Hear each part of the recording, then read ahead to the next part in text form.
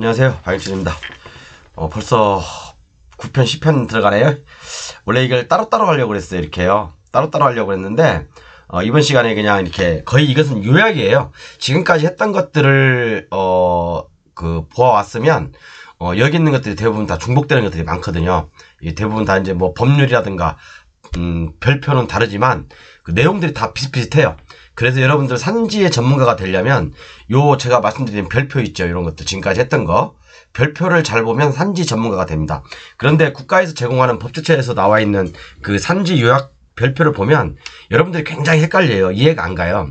그래서 이제 제가 이렇게 좀 특별하게 이제 강의를 좀 하는 건데 반드시 보십시오, 여러분. 그러면 전체적인 왜 살림에는 한 번 정도만 읽어봐도 여러분들이 정말 임야에 대해서는 어느 정도 레벨에 탁 올라오십니다. 그리고 제 강의하고 같이 곁들여서 보시면 정말 여러분들이 임야에 대해서는 박사가 되세요. 그리고 웬만한 공무원님들보다도 더 많은 실력을 쌓을 수가 있습니다. 그렇기 때문에 반드시 제 산지를 좀 더 깊게 공부하실 분들은 요 강의 12편까지 하는데 오늘은 그냥 9편 10편 같이 할게요. 왜 그러냐면 요것은 여기하고 아까도 말씀드렸지만 대부분 중복되는 것들이 많아요. 그리고 숫자들도 비슷하고 비슷합니다. 근데 내용만 조금 다른 거예요. 내용만 조금 다른데 뭐 특별한 차이는 없어요. 꼭 여러분 반드시 임야 산지법 시행령 시행규칙 읽어봐도 여러분 몰라요. 대충만 알지 실질적으로 세부적인 사항들은 여기 별표에서 제가 지금 다 별표로 강의하고 있는 거잖아요. 이렇게요.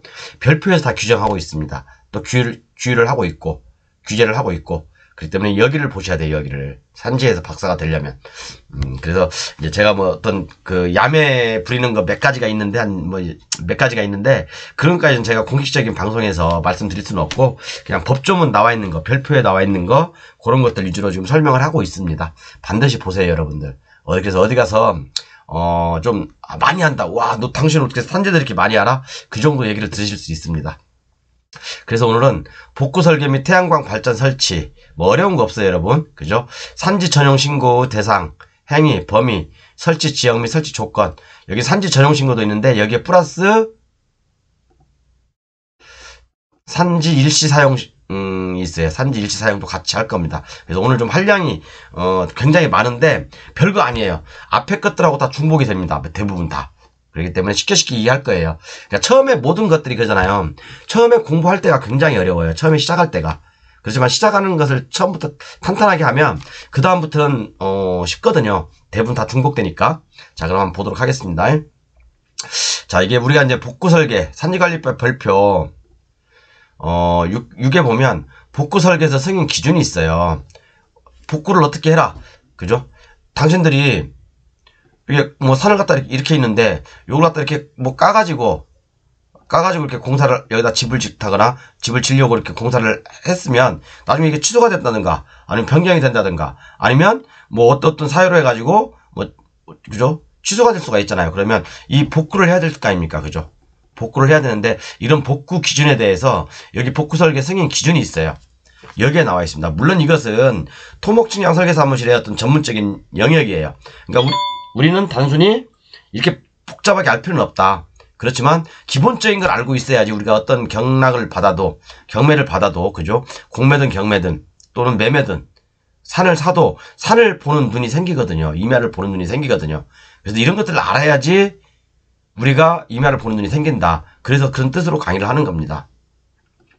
자, 그럼 볼게요. 뭐 공통사항이라고 있는데 공통사항 계략적인만 볼 거예요, 여러분. 계략적인만 볼 거고 자세한 것들은 제가 이렇게 제 교재에 다 이렇게 뭐 줄치놓고 뭐 빨간색으로 해놓고 막 여러 가지 해놨거든요, 여러분. 이거 여러 가지 막 해놨어요. 중요한 부분들은 여러분들이 꼭 한 번쯤은 읽어봐야 될 내용들에 대해서는 이렇게 한번 표시를 해놨거든요. 이것은 반드시 보세요, 여러분. 반드시 보세요.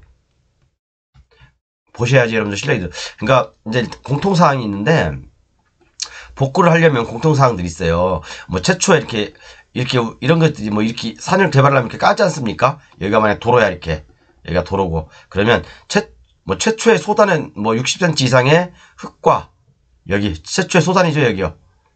소단 작은 단이라는 얘기예요. 이 소단은 60cm 여기 소단 60cm 이상의 뭐 흙과 뭐 어쩌고저쩌고 나 있죠. 왜 그러냐면 나무가 잘 살아야 되니까 나무를 심었을 때 우리가 산지 복구라고 한다면 이렇게 산지 원형 그대로 복구하는 게 아니에요. 그죠? 산을 깠어. 산을 깠으면 이게 이제 토사 유출이라든가 뭐 산사태 방지를 하기 위해서 여기서 이제 뭐 옹벽을 설치한다든가 아니면 나무를 심는다든가 그렇게 해서 복구를 하는 거예요. 우리가 이제 임야를 처음 접근할 때 와 이거 복구 비용 엄청나게 제가 옛날에 말씀드렸죠. 공인중개사 초짜 때 사장님 모시고 임야를 같이 갔는데 사장님 이거 뭐 복구비 많이 들겠습니다 해서 개망신 당한 거 있죠. 그죠? 660제곱미터 이하. 그 다음에, 그 복구할 필요가 없는 평탄지 같은 거 있죠? 구릉지 같은 거, 낮은 구릉지. 그런 것은 사실은 복구 의무 면제가 되죠? 그죠? 설명해드렸죠? 그런 것 때문에, 그런 것들에 쪽도 당하고 그래 봤습니다.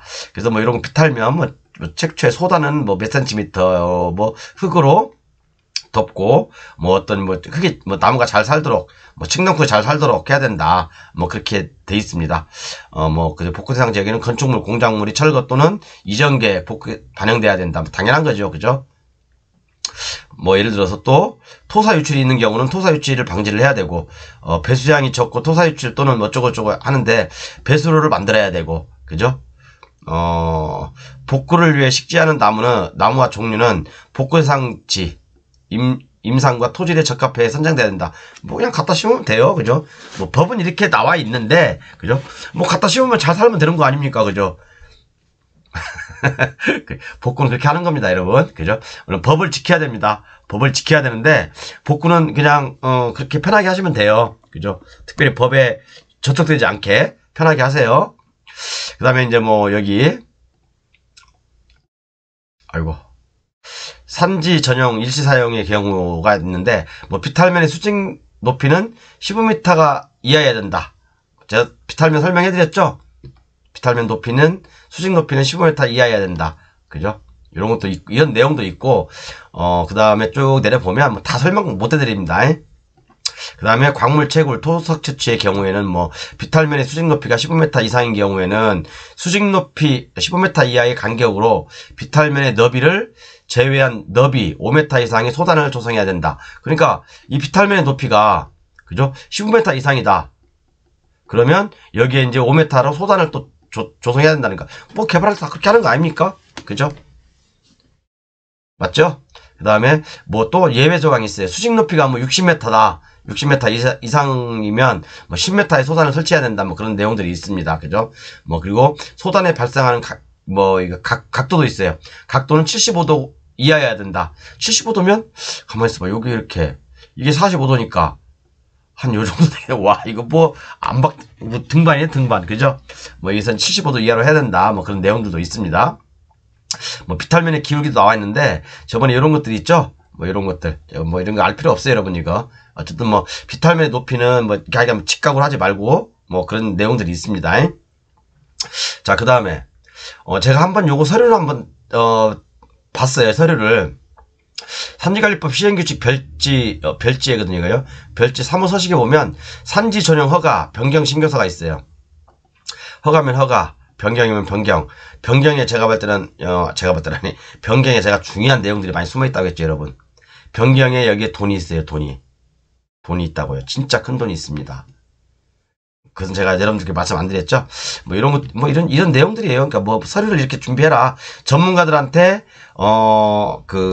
전문가들이 발행한, 뭐 산림기술사라든가, 아니면 뭐 측량설계 사무실에서 발행한 이런 서류들을 준비해라 이거예요. 그죠? 우리는 이런 것들은 다 알 필요 없습니다. 그래서 우리가 항상 제가, 660m 미만의 경우에는 제출하지 않는다. 또 복구 의무도 660m, 제곱미터 이하도 제출 안 해도 되죠? 20분 만에 끝내려니까 바쁘네. 그죠? 그 다음에 뭐 어쩌고저쩌고 뭐 이렇게 나와 있는데 이것도 660m 다 이렇게 나와 있고 한번 읽어보세요. 중요한 것들은 제가 쭉 밑줄 쳤으니까.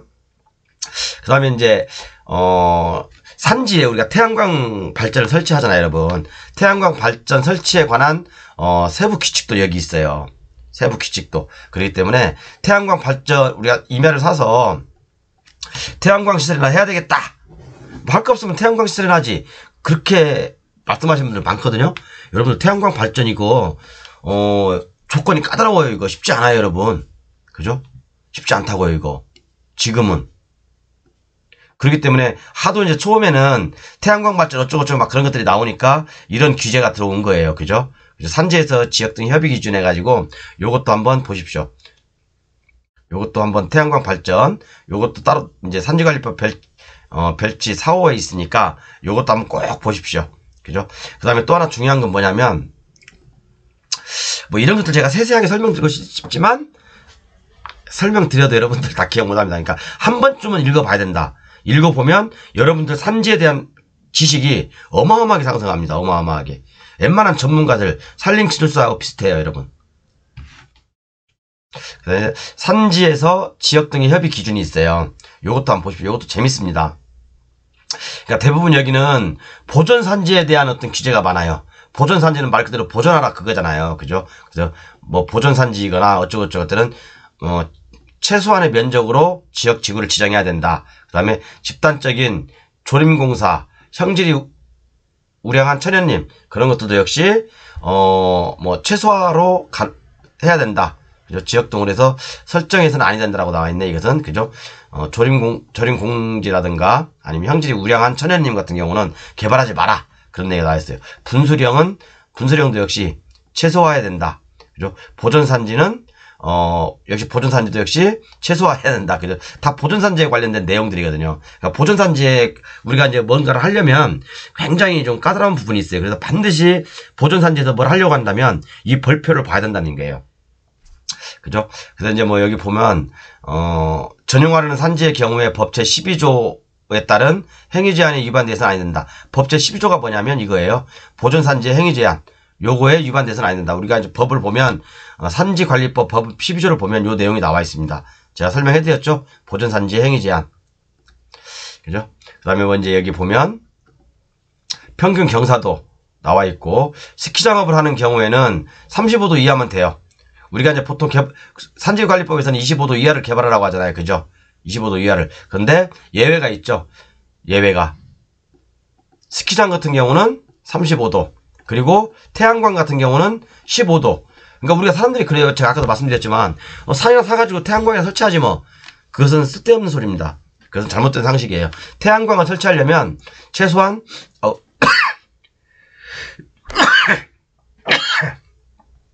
아우 죄송해요. 제 날씨가 갑자기 쌀쌀해져가지고 최소한 태양광을 설치하려면 그죠? 여기 나와 있구나. 15도 이하여야 돼요. 경사도가 뭔지 아시죠? 경사도가 15도 이하야 된다. 그 다음에 그 밖에 시설하는 경우는 산지관리법에서 얘기하는 25도 이하야 된다. 그죠? 이게 어떻게 보면 토탈적으로 어떻게 정리한 거예요. 그죠? 이것만 알아도 여러분 박사예요.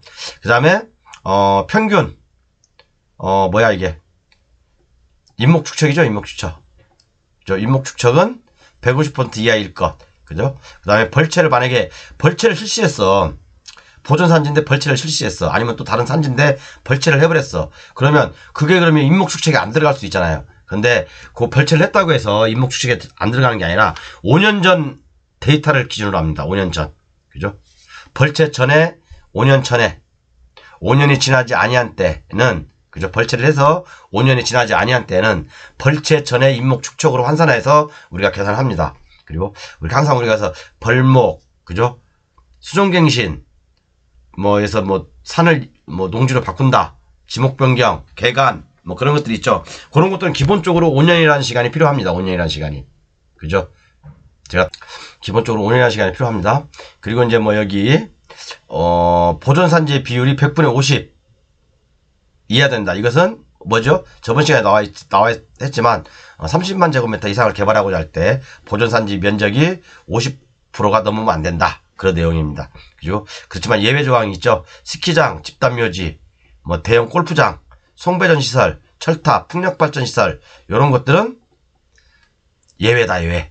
그죠? 예외. 이해 가시죠? 그 다음에 산업단지 또는 관광단지를 개발하려고 할 때도 예외다. 그죠? 그 다음에 평균 경사 15도 미만이고 벌채를 실시한 후 5년이 지나지 아니해야 된다. 그런 내용들이 있습니다. 만약 벌채를 했을 경우는 벌채를 하기 전에 그 인목축척으로 환산한다. 그런 내용들입니다. 그죠? 여기까지 이렇게 그러니까 이게 별표를 제가 지금까지 쭉 한번 잠깐만요. 별표를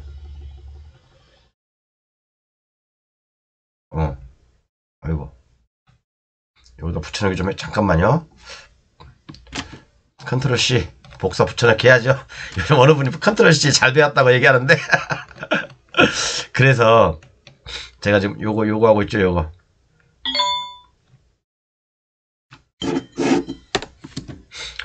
요 이제 제가 지금 강의하는 내용들이 요거예요, 여러분. 요 내용들이에요. 요 내용들인데 여러분들 요 법조문을 보면 모른다고 제가 말씀드렸죠. 제가 그래서 쉽게 설명하는 거니까 요 별표는 이 별표만 제가 강의하는 내용만 알아도 여러분 산지에 대해서 박사가 되신다니까요. 그죠? 요 내용입니다. 지금 강의하는 내용들은요. 자, 그럼 다음에는 뭐냐면 요거 있어요.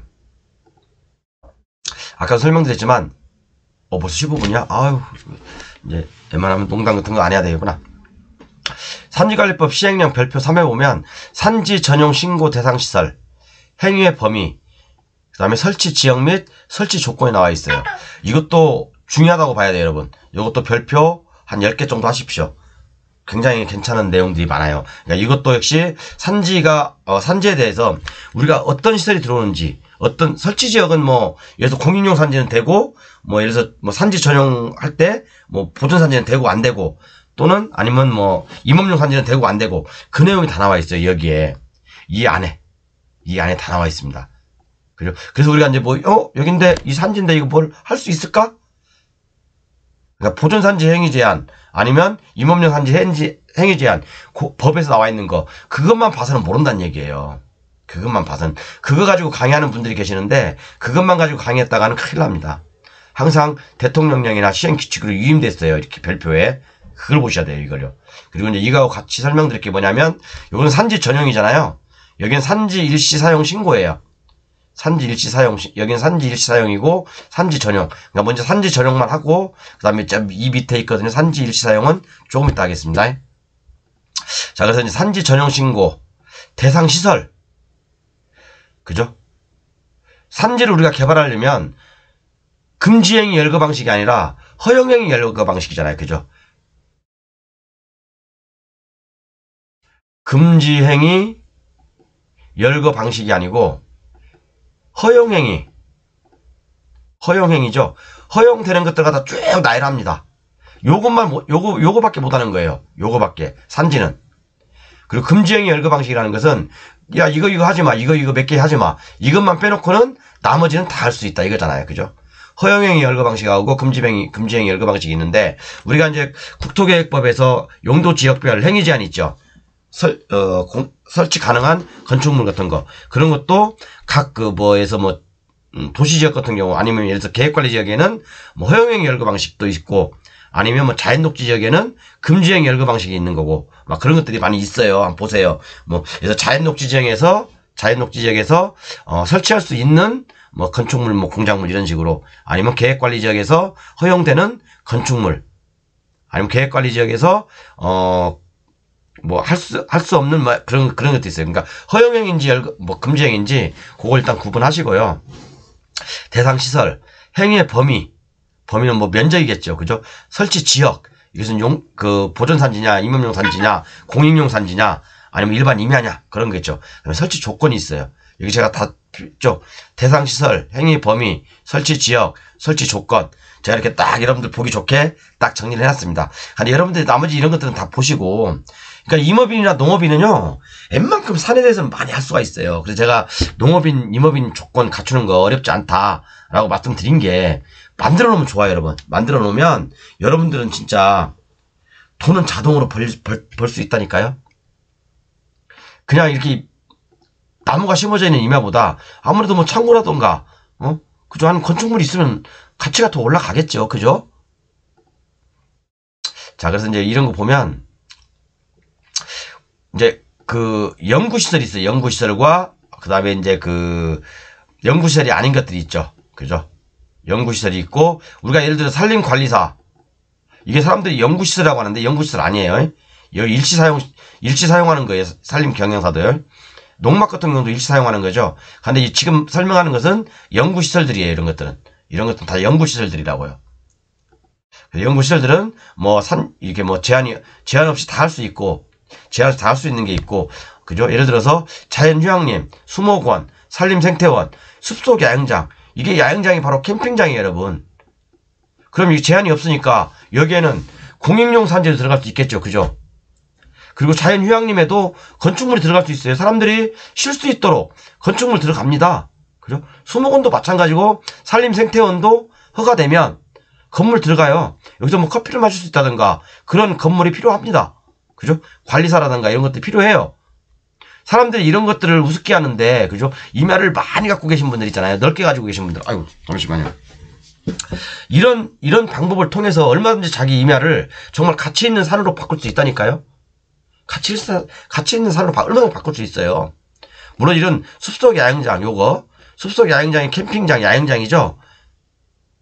이것뿐만 아니라, 정말, 임야는 앞으로 제가 봤을 때는요, 임야를 많이 알고 있는 사람들이 돈을 벌 수 있는 것 같아요. 우리 이제 부산에 사시는 강동렬 사장님께서 임야 개발의 전문가시잖아요. 그죠? 토지 개발의 전문가시잖아요. 그분은 사실은, 뭐, 천억대 재산을 이룬 것도 임야를 통해서 이뤘어요, 사실은요.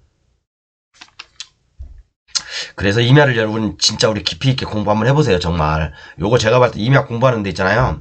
한, 진짜 20일 정도? 한 열흘 정도면, 파면, 하루에 한 5, 6시간씩 파면, 정말 웬만한 사람들보다 낫습니다.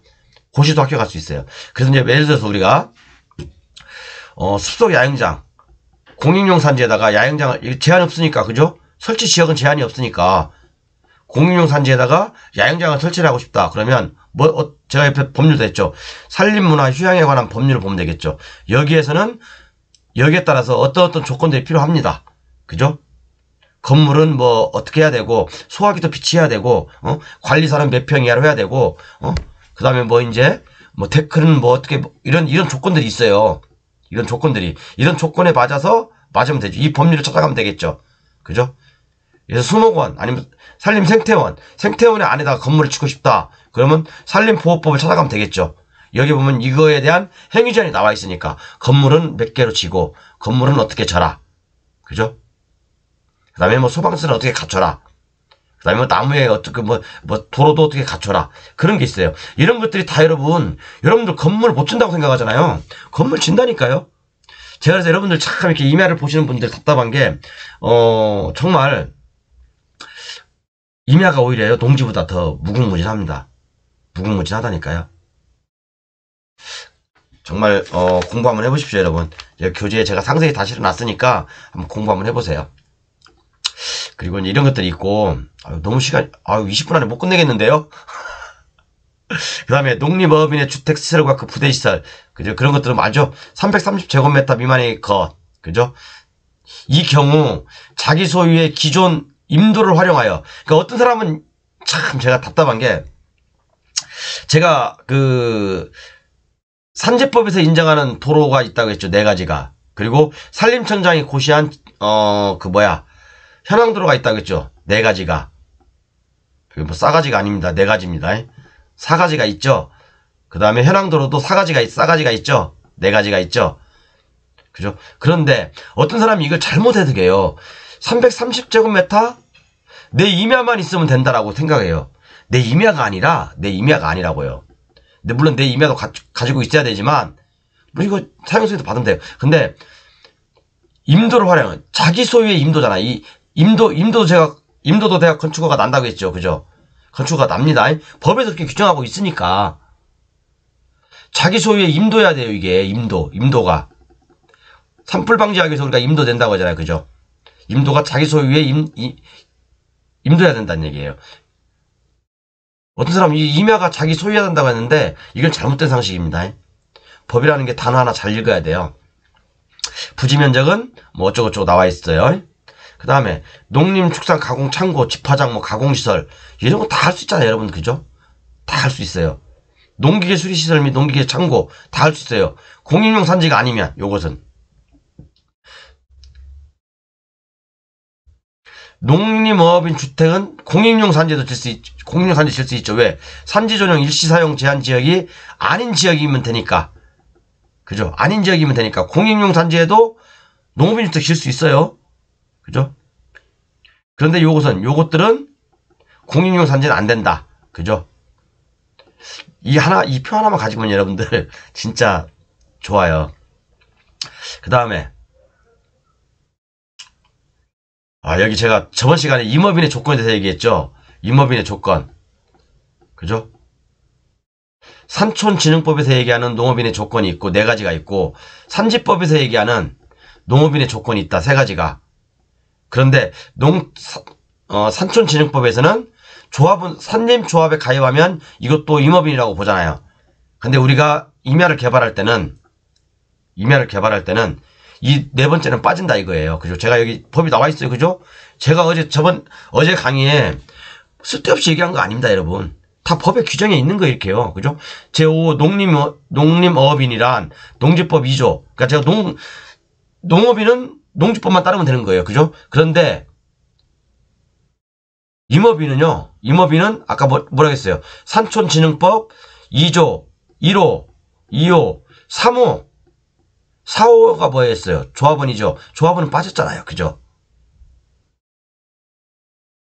그죠, 여러분? 그러니까 이것까지 공부하지 않은 전문가들은 개하수. 제가 그러잖아요. 개하수라고. 지금 유튜브 한번 보십시오, 여러분. 임업인의 조건 해서 4가지 쭉 얘기해요. 그래 놓고 여기다가, 네 가지 중에서 하나만 갖추어도 공인용 산지에도 자기 소유의 건축물을 지을 수 있다고 그래요. 이런 유튜버들은요, 이런 공부가 안 된 사람들이에요. 왜? 이 별표를 공부한다는 건 여러분, 그만큼 깊이 있는 공부가 된 분들이 별표를 공부하는 거예요. 별표를 공부하는 거라고요. 이해가셨죠? 제가 좀 욕 안 하려고 그랬는데, 개하수라고 욕 안 하려고 그랬는데. 아까는, 지금은 산지 일시 사용 신고, 대상시설, 그 다음 행위 범위, 설치 지역, 설치 조건, 요걸 아까는 뭐예요? 산지 전형이죠? 산지 전형 신고에 대해서 얘기한 거고, 지금은 산지 일시 사용 신고. 자, 산림 경영사가 영구적인 시설물입니까? 아니죠. 일시 사용이죠, 일시 사용. 농업용, 축산용 관리사, 이것도 일시 사용이죠. 농막도 누가 그러더만요. 임야에 농막을 설치할 수 있냐? 할 수 있어요. 할 수 있어요. 없다는 분들이 있는데 요거에 대한 내용도 있습니다. 여기 200제곱미터 이하. 그 다음에 주거용이 아닌 경우로서 작업대기 및 휴식 공간이 바닥 면적의 100분의 25 이하일 것. 그죠? 제가 그냥 다 강의했던 건데 여러분들은 이런 거 별로 그냥 대충 들었을 거예요. 이런 거 중요하죠. 그죠? 빨간색으로 할까?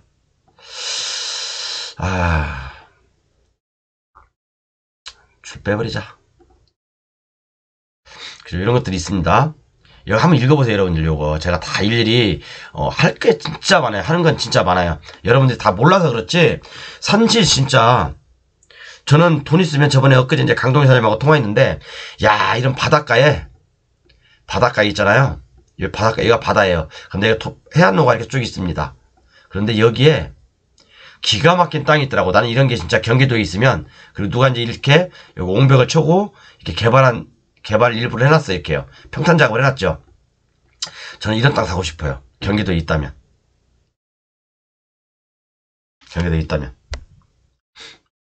자, 그래서 뭐 농업용수 개발할 수 있고, 장사 등에 관한 법률에 따른 수목 장림 이렇게 할 수 있고, 여기서는 뭐 공익용 산지도 수목장 할 수 있죠. 그죠?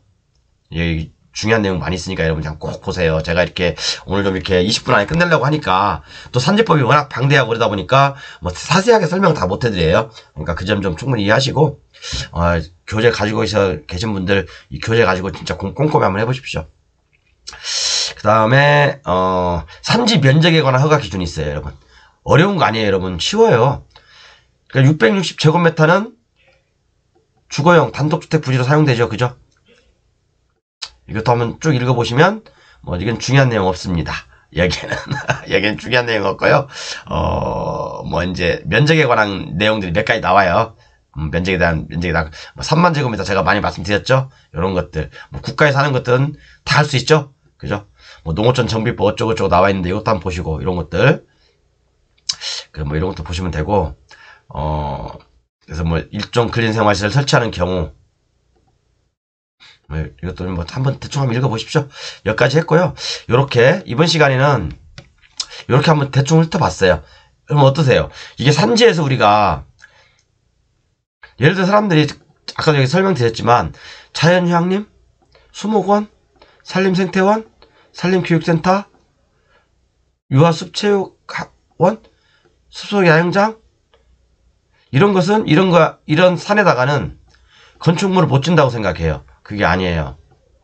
진다고요. 이 법률을 제가 밑에 옆에 옮겨놨죠. 이 법률을 찾아 들어가면 여기서 이 법률 각각의 법률에서 요구하는 건축물의 조건들이 있어요. 숲속 야영장도 이 법에 따라 들어가면 여기에서 요구하는 허가 기준이 있습니다. 여기에 따르면 돼요. 건축물 다 진다니까 여러분. 다 져요. 이렇게 했고 오늘 이렇게 오늘 여기까지 했습니다. 이렇게 복구 설계 뭐 이런 거 뭐 한번 꼭 읽어보셔야 돼요, 여러분. 이거 읽어보지 않으시면 임야에 대해서 모르세요. 임야에 대해서 모르세요. 법조문만 읽었다고 해서 임야에 대해서 좀 아는 게 아니라 이 별표 제가 이 강의 내용은 제가 별표를 여러분들 보기 편하게 공부하기 쉽게 아래 표처럼 다 정리해 놓은 거예요. 이렇게요. 이렇게 이 별표거든. 다 이렇게 별표를 여러분들 공부하기 쉽게 여러분들이 이렇게 저처럼 만들려면 힘들어요. 못 만들어요. 그죠? 지금 강의 내용은 다 별표에서 나온 거다. 그렇게 보시면 됩니다. 그죠? 그러니까 산지법은 어제도 말씀드렸지만 산지법은 시행령, 시행규칙에 다 유임되어 있기 때문에 별표가 다 요약이 되어 있어요. 별표에. 그죠? 실질적으로 산지법은요. 산지관리법은 법조문을 읽을 필요가 사실 없어요.